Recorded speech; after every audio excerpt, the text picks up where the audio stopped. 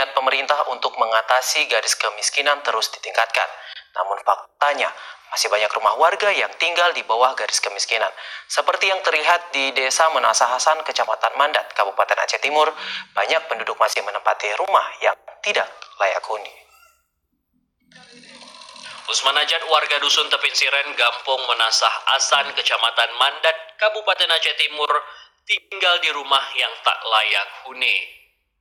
Usman Ajat merupakan salah satu nelayan kurang mampu.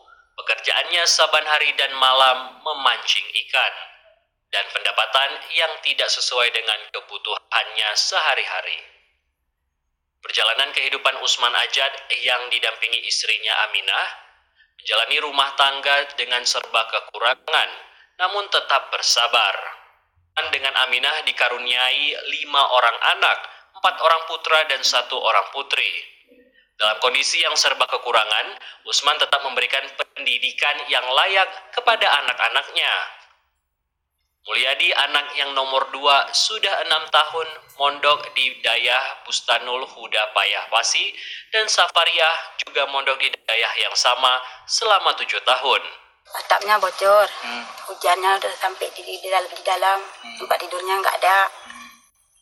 Jadi selama ini kayak gini lah kondisi ibu ya? Iya. Masak dengan ini, dengan api ya? Iya. Nggak ada diberi bantuan tabung gas? Enggak. Ada ya?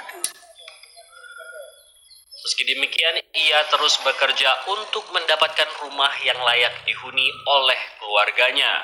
Menurutnya selama ini tidak ada bantuan dari pemerintah untuk memberikan rumah yang layak kepada keluarga tersebut.